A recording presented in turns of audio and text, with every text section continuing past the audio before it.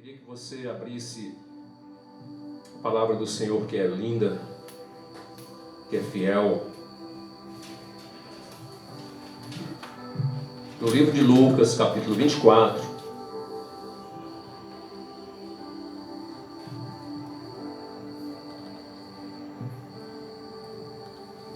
Lucas 24, nós vamos ler a partir do 44.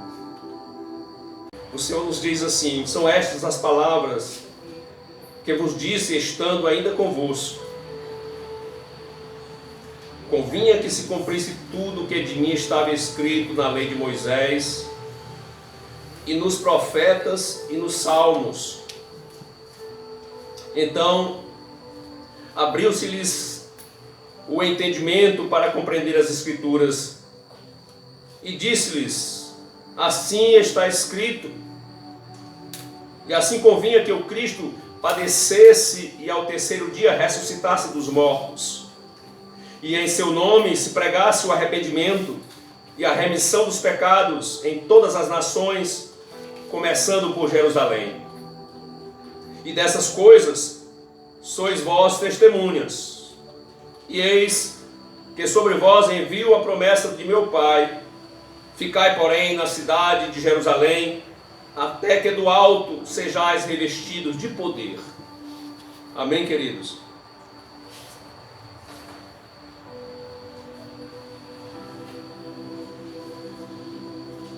Deixa eu dizer algo rápido para vocês.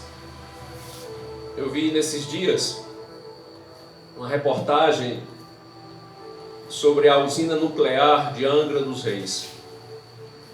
Eu fiquei admirado pelo valor que custou a nossa nação. 18 bilhões de reais.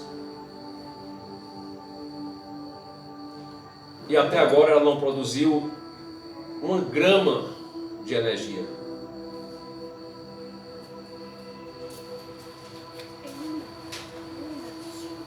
Ela tem um custo mensal de 30 milhões de reais.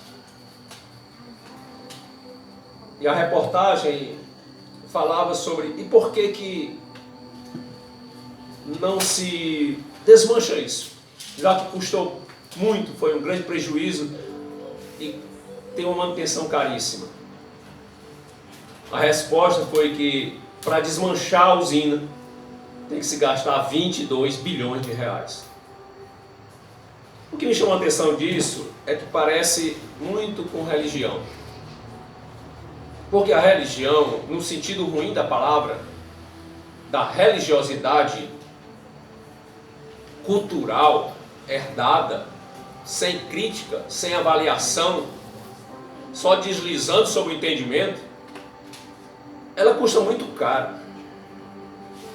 Às vezes custa uma vida. Às vezes a vida passa e a pessoa não acerta o rumo porque a religião se ergueu como um muro proibitivo entre um coração sedento e o favor de Deus. Custa caro a sua manutenção, ser religioso, ser litúrgico, ser cumpridor de agenda, ser formal, demonstrar uma espiritualidade vazia. É uma manutenção muito difícil, dá trabalho demais. E o pior, que muitas vezes a pessoa não larga porque lhe parece ser tão difícil, tão caro, mais do que começar é deixar. Isso tem a ver com esse texto, quando Jesus estava como que se despedindo dos seus discípulos.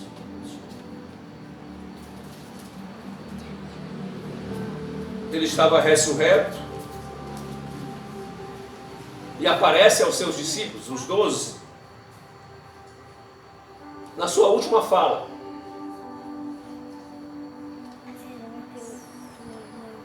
E quando ele diz no verso 45 que lhe abriu o entendimento para compreender as Escrituras, é porque ele não poderia deixá-los sem que acontecesse um milagre em cada vida. Glória. Que eles pudessem entender a vida, que eles pudessem discernir a pessoa de Jesus Cristo, que eles pudessem ter uma visão exata de quem ele era, da sua identidade, de onde saiu, para onde iria, o entendimento da sua pessoa, para que não fosse confundido com outros profetas, com outros notáveis da fé, que não fosse confundido com João Batista, grande evangelista. João compreendia isso e disse: eu não sou digno. Esse título é dele, a glória é dele, o poder é dele, Aleluia. o sangue derramado vai ser dele. Eu não consigo, não posso, não sou digno nem de tocar, desatar suas sandálias. Eu sou só uma voz que anuncia, que clama no deserto da vida. Eu anuncio a voz. Ele é a voz da verdade. É Ele que falará aos corações, e os discernimentos, as mentes entenderão sobre a vontade de Deus. Eles precisavam, como discípulos que iriam começar grandes obras, saber o valor, o preço, a autoridade que repousam sobre o nome de Jesus, sobre sua obra, sobre o seu chamado, o Messias, o ungido de Deus, o menino que nasceu na manjedoura esquecida, mas que trazia sobre os ombros uma plaqueta de autoridade, uma voz humilde de cordeiro, mas na alma um rugido forte de leão. Aleluia. Escute, alguns versículos antes, Jesus se encontra com alguns discípulos. Isso foi muito pregado aqui nos últimos dias, que estavam voltando de Jerusalém, estavam voltando à aldeia de Emaús, porque havia um desfecho inesperado. O Messias, o Cristo, estava morto, crucificado, sepultado, e eles não tinham mais nada o que fazer em Jerusalém e voltam. E o Senhor, vencedor, um raio de poder, de glória, entrou naquele túmulo, e o poder da vida venceu a morte. Aleluia. O nosso Cristo ressuscitou, e dá vontade da gente gritar até hoje: oh Senhor, aleluia ao Cristo que vive. E porque Ele vive, nós podemos crer no amanhã. Aleluia. Jesus acompanha os discípulos, começa a conversar com eles, e percebe duas coisas em seu comportamento. Uma é que seus olhos estavam impedidos de ver. Jesus chega do lado e eles não o reconhecem. E a outra coisa que Jesus se queixa é que seus corações estavam tardios em crer. E por isso, diz a palavra, alguns versículos antes desse mesmo capítulo, que eles estavam entristecidos. Por que estais tristes? E eles respondem: você não sabe dos últimos acontecimentos? Que aquele que nós seguíamos com toda a verdade de alma padeceu vítima da cruz. Então Jesus, vendo a sua dificuldade de crer, começa a discorrer para eles sobre as Escrituras, começando por Moisés, os profetas, mostrando para eles tudo que a palavra, as Escrituras falavam dele, Jesus, para que eles entendessem que o seu ministério, o seu mister, não era algo eventual, que passaria do seu nascimento, agora a sua morte, 30 e poucos anos de uma existência de graça. Não passaria, que essa obra é eterna. E ele começa a falar dele mesmo, desde Moisés, trazendo até aquele instante todas as intervenções, todas as menções de Deus, da palavra de Deus ao seu respeito. No verso 26, ele diz assim, desse capítulo 24: porventura vocês não sabiam que convinha que o Cristo padecesse por todas essas coisas? Coisas duras, que feriram a carne, que feriram o corpo, mas que feriram a alma dele, mas que alcançou a tantos que olhavam para ele com um olhar de esperança. Vocês não sabiam que ele teria que passar por tudo isso para que entrasse na sua glória, para que ele voltasse à sua glória, para que ele reassumisse a sua posição de um sacerdócio. E aqui eu quero usar uma palavra sobre esse sacerdócio, porque não é um sacerdócio distante, não é um sacerdócio especulativo, não é um sacerdócio cultural, religioso, pertencente de uma seita. É um sacerdócio eterno, universal, é um sacerdócio divino. E eu uso a palavra permanente, porque ele discorre sobre a criação, e ele diz para eles, lá na criação, na voz da criação, eu estava lá. O filho da mulher de Gênesis 3,15, que se levantará para pisar na cabeça da serpente, sou eu. Ele invoca o ministério de Moisés, fala do poder e mostra que ele estava na sarça se revelando a Moisés.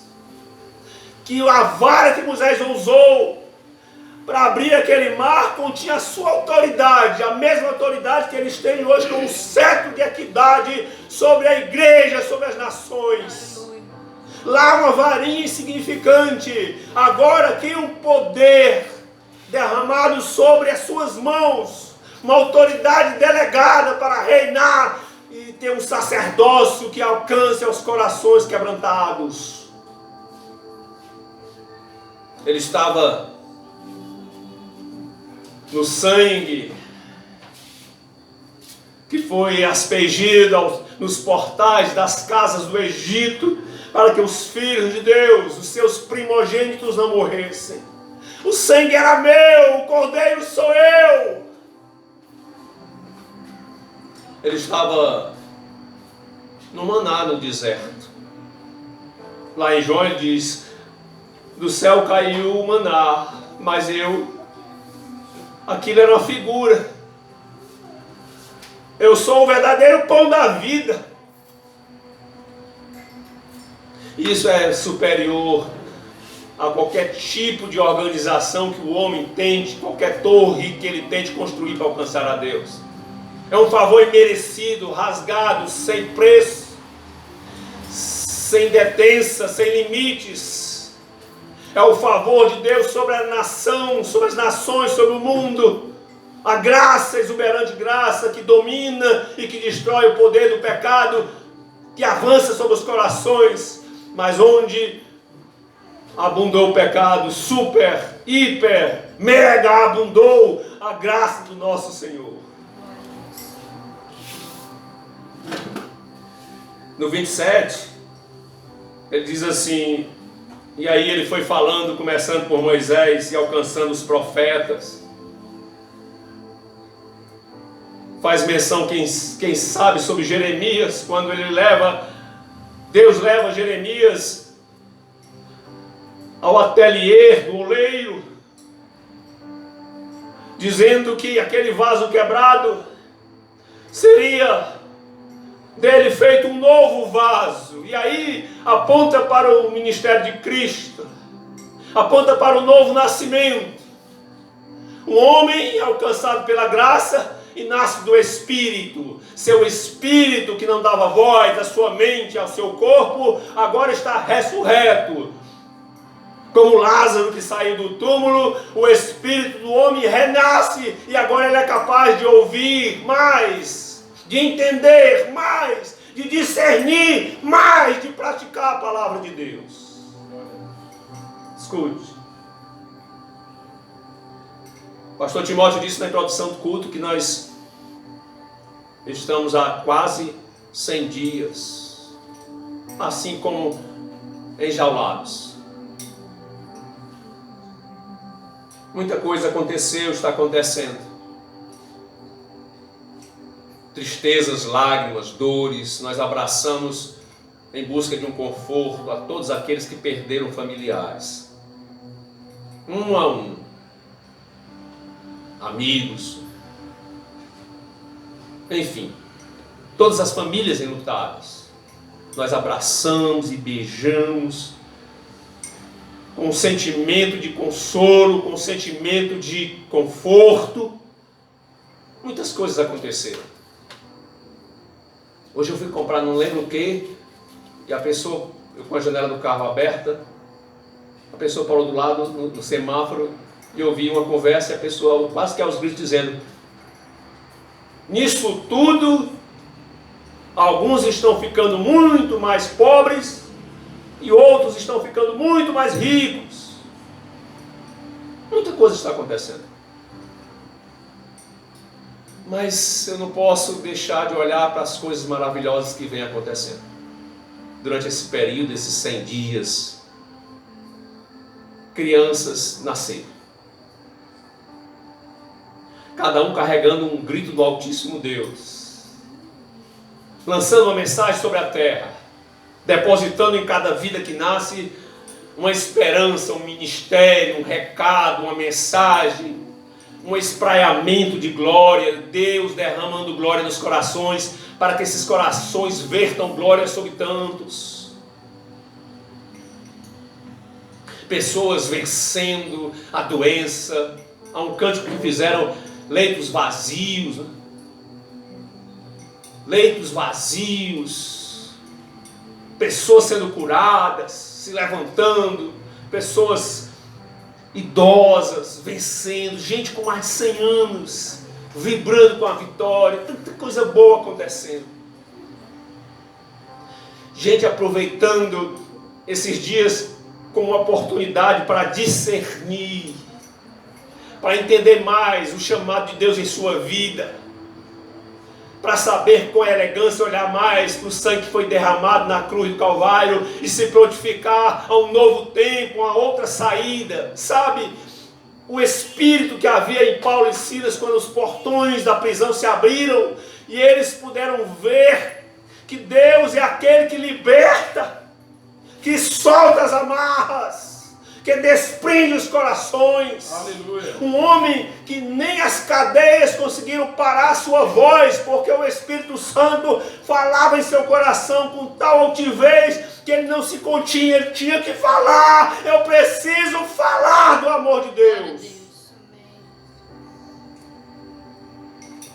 Quem sabe o sentimento do pequeno José, quando da cova saiu, quando preso no cárcere de Potifar, chegou a hora, a oportunidade de Deus de sair e ser usado.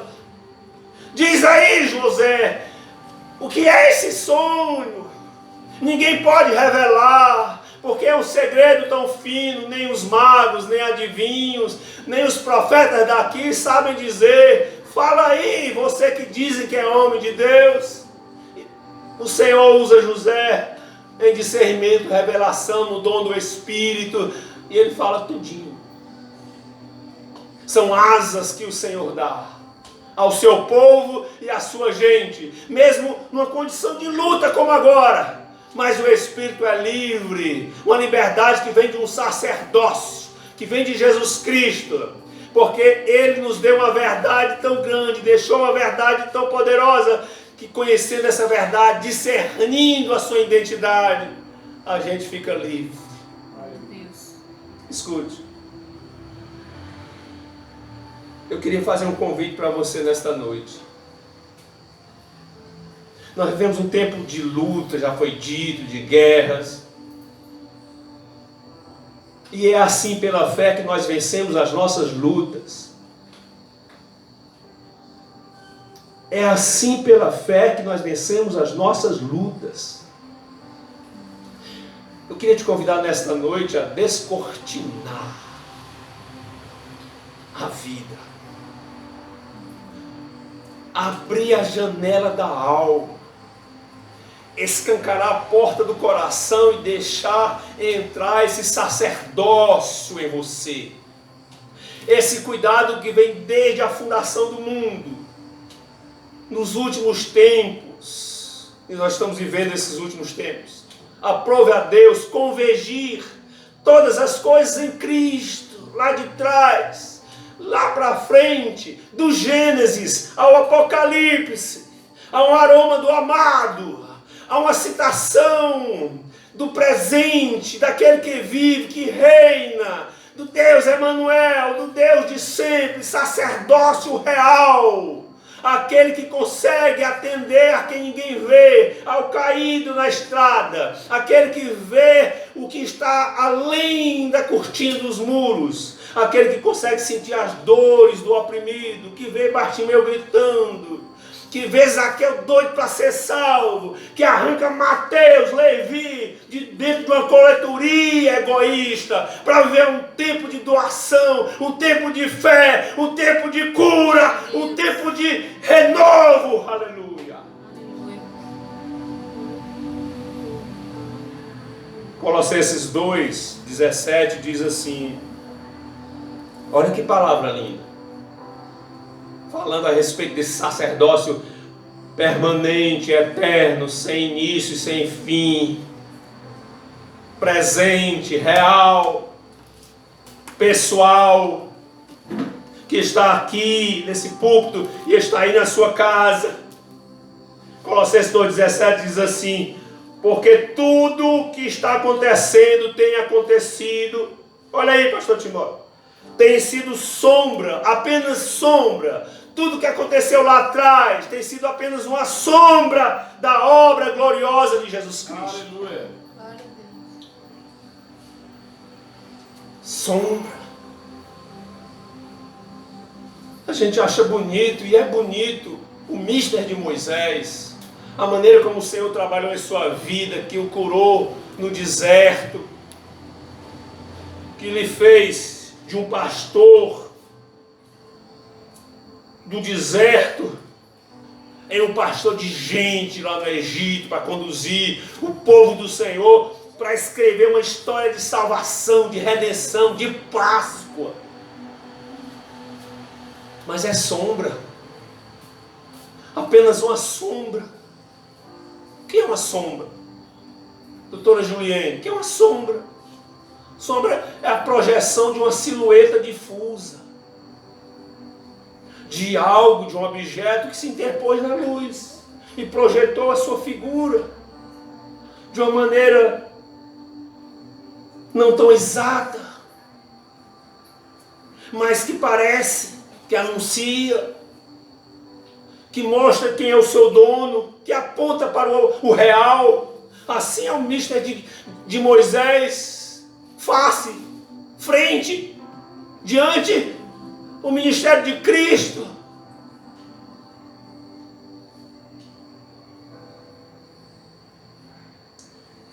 Hebreus 8:5 diz assim, Moisés ministrou, olha aí, em figura e sombra das coisas celestes, então reveladas em Cristo Jesus.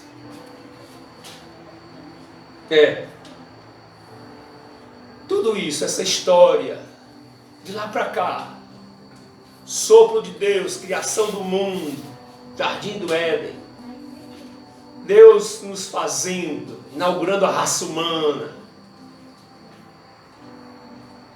passando pelos patriarcas, profetas, pelos reis, pelos juízes, sacerdotes. Tudo isso é só silhueta. de algo que está à sua frente, de alguém que se revelou na palavra, no seu evangelho, de boas novas, Jesus Cristo. Lá apenas um anúncio, uma bandeira. Agora aí na sua casa, aqui real, o Espírito Santo testemunha no nosso interior, Rabás, que o amor de Jesus, a sua graça e o seu favor foi derramado na gente. Aleluia. Apenas um esboço da obra da cruz. Pecado, castigo, sofrimento, sacrifício, oferta pelo pecado, perdão e redenção.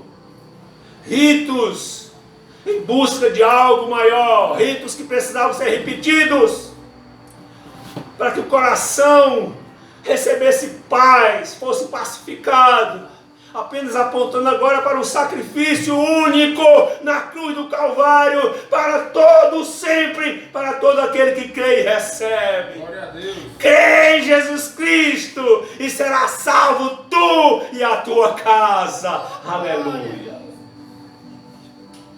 Zacarias 6, olha que palavra linda, missionária na língua. Zacarias era profeta sobre um Israel que estava em cativeiro e agora, voltando do cativeiro, Deus deu uma palavra. Deus liberou uma palavra ao profeta para que ele enviasse essa palavra aos filhos de Deus que estavam voltando. E ele diz lá nessa palavra: Zacarias, recebe prata e ouro. Olha que palavra. Faz com essa prata, com esse ouro, coroas. E coloque sobre a cabeça de Josué. Porque ele é o sacerdote. Aí a palavra que eu quero que você grave é que o Senhor diz assim, Zacarias 6, lá pelo verso 11, 12, diz assim: além de você pôr essas coroas sobre ele, diz para ele assim: eis o homem cujo nome é renovo. Aleluia. Ora, eu quero dizer que esse sacerdócio é apenas um esboço do sacerdócio de Cristo. Porque é a palavra profética, não era comum o sacerdote receber coroa. O sacerdote recebia uma estola, recebia uma veste de linho para cumprir seu sacerdócio no altar, para interceder pelo povo. Mas esse é diferente. Esse recebe uma coroa. E quem recebe a coroa é rei, que a gente sabe que Deus coroou Jesus como o rei sobre Israel. É o nosso rei. Jesus Cristo é o nosso rei, o nosso Senhor, o nosso Salvador. No livro de Atos, o escritor santo prevê que aprove a Deus dar a um único nome, e a este nome poder para salvar todo aquele que crê, e o seu nome é Jesus Cristo. Aleluia. Glória a Deus. Escute. Diz a palavra aí de Josué, que esse renovo brotará do seu lugar e edificará o templo do Senhor. E aí a palavra templo se mistura com sacerdócio, lugar de intercessão, lugar de santificação.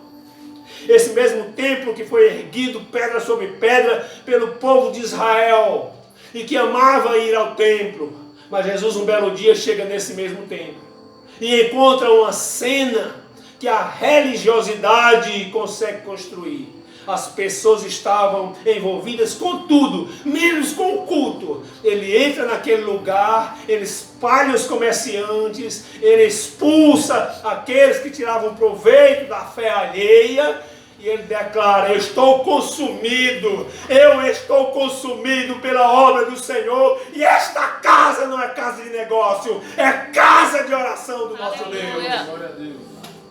Aí ele se volta para os fariseus, que amavam aquele estar naquele templo, e diz assim: destruam esse templo, destruir esse templo, e eu vou edificá-los em 3 dias. Aleluia! Porque agora ele se referia à sua obra da sexta, do sábado e do domingo. Da sua morte, do seu sepultamento e da sua ressurreição. Eu vou construir um novo templo e a glória da segunda casa será maior do que a primeira. Escute. Nada mais libertador. Eu comecei essa simples mensagem dizendo que Jesus abriu o entendimento dos discípulos para que eles entendessem a palavra por dois motivos. Primeiro, era para conhecer a Jesus como Ele é, quem Ele é. Lembra do que dizem quem eu sou? Um profeta? Elias? Jeremias?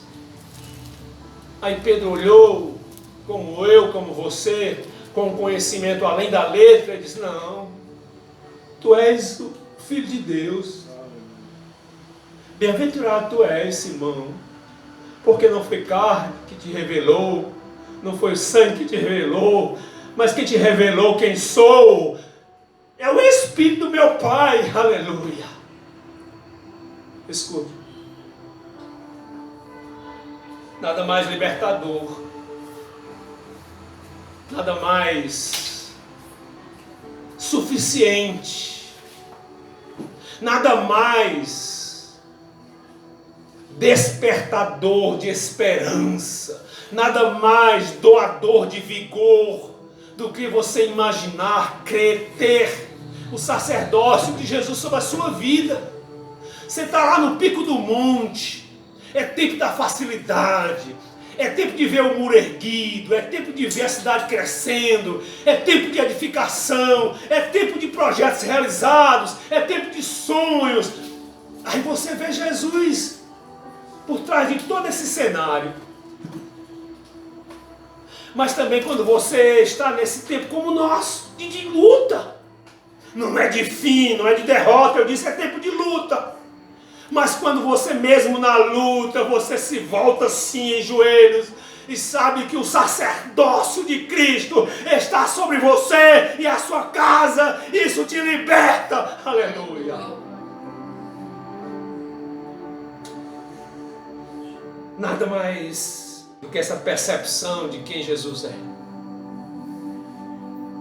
da sua presença. A Juliette falou sobre isso hoje. Percepção da presença de Jesus Cristo.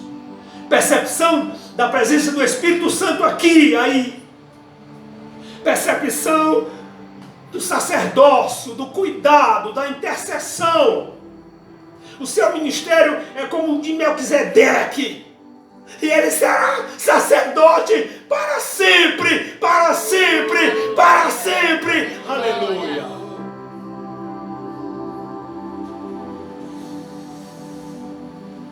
Campeões, amados, amigos, a palavra do Senhor grita o tempo todo.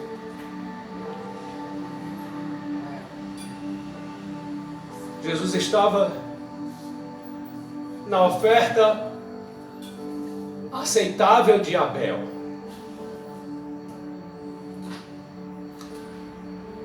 Jesus estava na briga ali com Jacó para transformar o seu coração e a sua mente, para mudar a sua religiosidade, mudar o seu caráter. Jesus construiu uma escada entre o céu e a terra, onde os anjos subiam e desciam, para que houvesse um link, uma conexão com Deus. Jesus estava na vida de Davi, o rei que conseguiu escrever a sua história em salmos. Ei, Jesus disse para você nesta noite, esse rei poeta, ele prefigura, ele aponta para o meu ministério. Jesus estava com Isaías no dia que seu entendimento foi aberto e ele viu a cena gloriosa do trono de Deus, cercado, rodeado por anjos, gritando, santo, santo, santo. Santo, santo, santo. E a vida de Isaías foi mudada, sua boca foi tocada. Uma palavra profética renovada saiu por seus lábios. Jesus estava ali, nesse ímpeto profético, nessa palavra rema, nesse logos da vida. Campeões, Jesus estava na fé irrestrita de Abraão. Eu vou porque o Senhor me chamou. Eu vou para onde eu nem sei, não conheço, mas eu confio naquele que está comigo. Jesus estava nessa fé invencível, indobrável, indominável. Jesus estava na vara que foi erguida frente ao mar tumultuoso para deixar Israel passar. Ele estava na água da rocha e a sua misericórdia dá de beber a quem tem sede, dá de comer a quem tem fome. Jesus estava no maná, Jesus estava na coluna de nuvem de dia e na coluna de fogo à noite. Isso é direção, isso é cuidado, isso é sacerdócio, isso é pastoreio. Jesus estava naquele instante que o véu se rasgou e gritou lá do Gólgota: você está vendo esse véu que se rasgou? Ei, isso não é Rede Globo, isso não é religião. Isso é a minha carne que foi rasgada como véu para o muro da separação entre vocês e Deus desaparecer. Aleluia. Jesus estava na vida do sacerdote, mana linda. Porque o sacerdote era um homem comum que saía da sua casa. Ele tinha casa, pastor Timóteo. Sacerdote tinha mulher, tinha filhos, tinha casa, contas para pagar, cuidados. Mas ele saía da sua casa e ele se aproximava do templo e ele passava por um lugar chamado átrios do templo, do tabernáculo, onde as pessoas ficavam, todos ficavam ali, esperando a sua vez, esperando o seu perdão. Era o seu culto de longe e o sacerdote passava por eles e entrava no lugar chamado Santo Lugar, que é um lugar onde a religião tenta estar, onde a igreja tenta construir, mas ele não ficava lá, não lhe bastava estar lá, ele entrava pelo véu e é um lugar chamado Santo dos Santos, que onde a presença de Deus está. Então, Jesus Cristo é esse sacerdote que tinha uma vida do povo comum, da Galileia, carpinteiro de lá, mas ele saiu, foi caminhando, ultrapassou os fariseus, os saduceus, a religião não lhe conteu, e ele subiu o Gólgota, carregou a sua cruz para entrar no Santo dos Santos e receber de volta a sua glória. Aleluia. Eu sou o sacerdote, diz o Senhor. Ei, o Cordeiro de Deus que João Batista viu que tira o pecado do mundo, aleluia, sou eu. Aleluia. Aleluia. Terminando, gente. Estou começando agora. É terminando mesmo. Alguém me perguntou. Eu estava dizendo essa palavra, né? Você não é a primeira pessoa que ouve essa palavra. Eu estava conversando sobre essa palavra de Jesus de sempre, ontem, hoje. Jesus será sempre o mesmo, ontem, hoje e eternamente. Na hora boa, na hora ruim, no dia bom, no dia mau, lá no deserto, face a face com o diabo.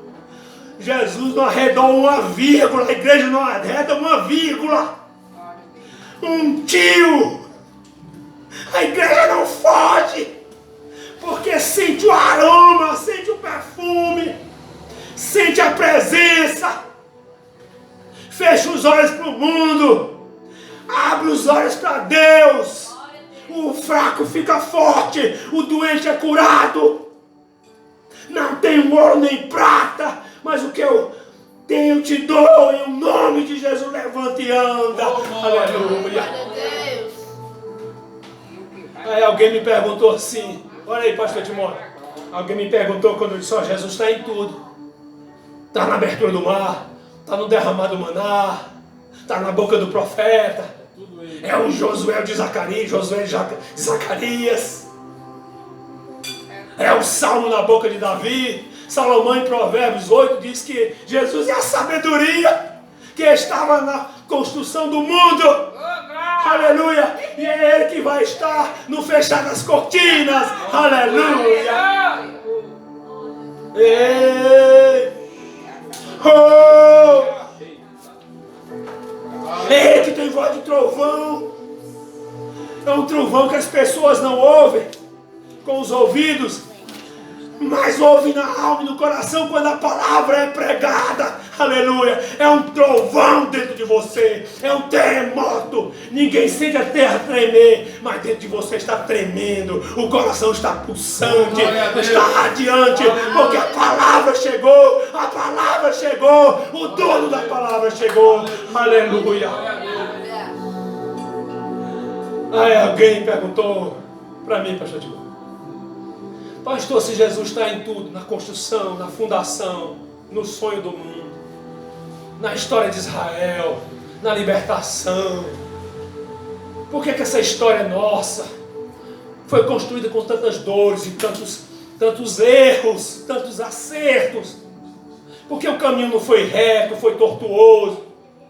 Mas eu disse: olha, é um caminho tortuoso, que de vez em quando o Senhor aplaina, aleluia, endireita. Aí eu disse para ele: você sabe o que é isso, querido? É porque quem está escrevendo a história não somos só nós, nem é só o nosso Deus. É o povo de Deus, com o seu Deus, escrevendo uma história. Então esses erros que aconteceram e vão acontecer na humanidade, para mim isso é um risco presumido pelo amor exuberante de Deus. Porque Deus não fez bonecos, Deus não fez robôs, Deus fez gente para construir história mediante o quebrantamento, o discernimento. Eu sei quem Tu és, Senhor, e eu vou cumprir a Tua vontade, mas sou eu que vou cumprir. Glória a Deus. Sou eu que vou construir. Quem vai levantar a vara diante do mar vermelho sou eu. Quem vai matar o leão que está querendo pegar as ovelhas sou eu. Quem vai tocar a harpa para expulsar os demônios sou eu. Quem vai fazer os salmos, a inspiração é dele. O bem-estar no coração vem dele. Mas a boca que se abre para dizer: o Senhor é meu pastor e de nada eu terei falta, é você. Aleluia. Escute, eu disse, esses erros e acertos são um risco presumido de um pai que ama seus filhos. Quer ver uma coisa? Quando o pai dá uma bicicleta para o seu filho, você quer me dizer que não vai ter queda? Você quer dizer que não vai ter joelho ralado? Você quer dizer que não vai ter sangue? Você quer dizer que não vai ter choro? Você vai dizer que não vai ter band-aid curativo? Vai! É um risco presumido, porque a criança precisa crescer, aleluia. A criança precisa descobrir que é capaz de andar de bicicleta, andar mais ligeiro, andar sozinho, podendo dirigir o seu destino. É um risco presumido quando compra uma bicicleta. Ou você pensa que um pai presenteia um filho com a bicicleta tranquilo? Ele compra a bicicleta, mas seu coração fica intranquilo. Põe rodinhas, depois tira as rodinhas e vai cuidando, porque se ele não fizer isso, a criança não cresce. Você pensa que quando a mãe compra um celular para uma filha, ela está assistindo coisas indevidas na internet? Não. É para ela descobrir as informações boas que estão passíveis, são ofertadas, para usar como instrumento do bem, como nós estamos fazendo aqui. Para descobrir mais informações que vão acrescentar na sua vida o conhecimento. Então, o celular é um risco presumido. Porque a criança precisa descobrir a sua independência de entendimento, que aquilo faz mal, aquilo faz bem. Filho, filha, você precisa escolher entre o bem e o mal, entre a vida e a morte, para termos uma visão melhor acerca das coisas de Deus. 100 dias de oportunidade para termos um coração mais disponível para Deus. Fala, Senhor. Fala comigo. E eu farei, eu irei em teu nome. 100 dias para a gente ter um comprometimento maior com as coisas de Deus. Deus quer que eu faça, eu faço. Alguém disse sim. Eu não pedi para estar aqui. Eu não pedi para ser servo. Eu não pedi para ser pastor. Deus me pôs. E eu estou feliz com isso. Porque eu sei que estou no centro da vontade de Deus. Escute.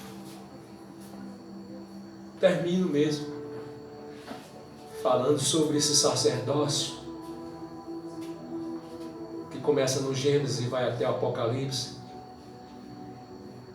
Apocalipse 19. Escute uma coisa que eu vou dizer. Apocalipse 6, essa semana, respondendo uma pergunta de uma pessoa pelo SOS Pastor. Eu falei sobre Apocalipse 6, sobre a abertura dos selos. Aí Apocalipse 6, 2, fala de um cavalo branco que surge quando o Cordeiro de Deus, Jesus Cristo, abre o primeiro selo do livro da vida. E surge um cavalo branco com seu cavaleiro. E diz que esse cavaleiro tinha um arco e que foi lhe dado uma coroa e que ele saiu vitorioso e para vencer. Isso aqui é uma alusão a um cavalo branco que, ao meu ver, tem muita gente que entende como eu entendo, não se refere a Jesus. Porque o Senhor estava inaugurando o contexto de abertura de selos. Aí o primeiro que ele abre, surge esse cavaleiro, e a sequência pela sequência das dores, das lutas, das dificuldades, das revelações dos últimos dias, eu percebo, pelo menos até hoje, que aponta muito mais para o anticristo, aquele que tem o jeito de paz, a brancura da paz, mas ainda não é a paz. Um cavaleiro que cavalga um cavalo branco, porque é para ser parecido mesmo, mas ainda não é ele. Porque lhe deram uma coroa, ele não tinha uma coroa ainda. Cristo já tem uma coroa, é um Cristo vencedor. E diz que saiu para vencer, né? Ele ia vencer, ele saiu para vencer. E Jesus, nesse momento que ele abre o selo, ele já é o vencedor. Ele já é o sacerdote real, o autor e consumador da vida. Mas eu quero encerrar em Apocalipse 19. Apocalipse 19. E 11, termina aqui. Olha a diferença, eu vejo uma diferença. Está escrito em Apocalipse 19, 11, diz assim: eu vi o céu aberto, isso é João, vendo quem Jesus é. Eu vi o céu aberto, e eis um cavalo branco. O que estava sentado sobre ele chama-se Fiel e Verdadeiro. Veja a diferença. E julga peleja com justiça. Outra diferença. E os seus olhos, olha o sacerdócio, era como chama de fogo. E sobre a sua cabeça não lhe deram a coroa já estava lá, havia muitos diademas. E ele tinha um nome escrito que ninguém sabia senão ele mesmo. E ele estava vestido de uma veste salpicada de sangue. Esse deu sangue. E o nome pelo qual se chama é a Palavra de Deus. Eu estou falando de um sacerdócio do início ao fim, alfa e ômega, para você conseguir romper as barreiras. E seguiam-no os exércitos que há no céu em cavalos brancos e vestidos de linho fino, branco e puro. E da sua boca saiu uma aguda espada. Não era um arco, era uma espada. Sempre foi uma espada. João, quando viu Jesus pela primeira vez no céu glorificado, ele viu na sua mão uma espada, que é a palavra de Deus. Uma espada para ferir com elas as nações, e ele as regerá com vara de ferro, e ele mesmo é que pisa o lugar do vinho, do furor da ira de Deus Todo-Poderoso. E na veste e na sua coxa tem escrito o seu nome. Termino aqui: Rei dos Reis, Senhor dos Senhores.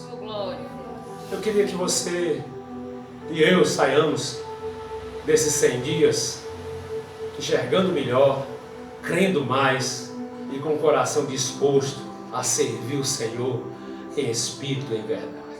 Que Deus, no amor do nosso Senhor Jesus Cristo, te abençoe, te guarde, te proteja e te faça prosperar em seu nome, em o nome de Jesus, em o nome de Jesus. Diga comigo, em o nome de Jesus. Vocês que estão aqui, digam comigo, em o nome de Jesus. Mais alto, diga, em o nome de Jesus. Você que está aí na sua casa, diga, em o nome de Jesus, em o nome de Jesus, em o nome de Jesus. Amém, amém e amém.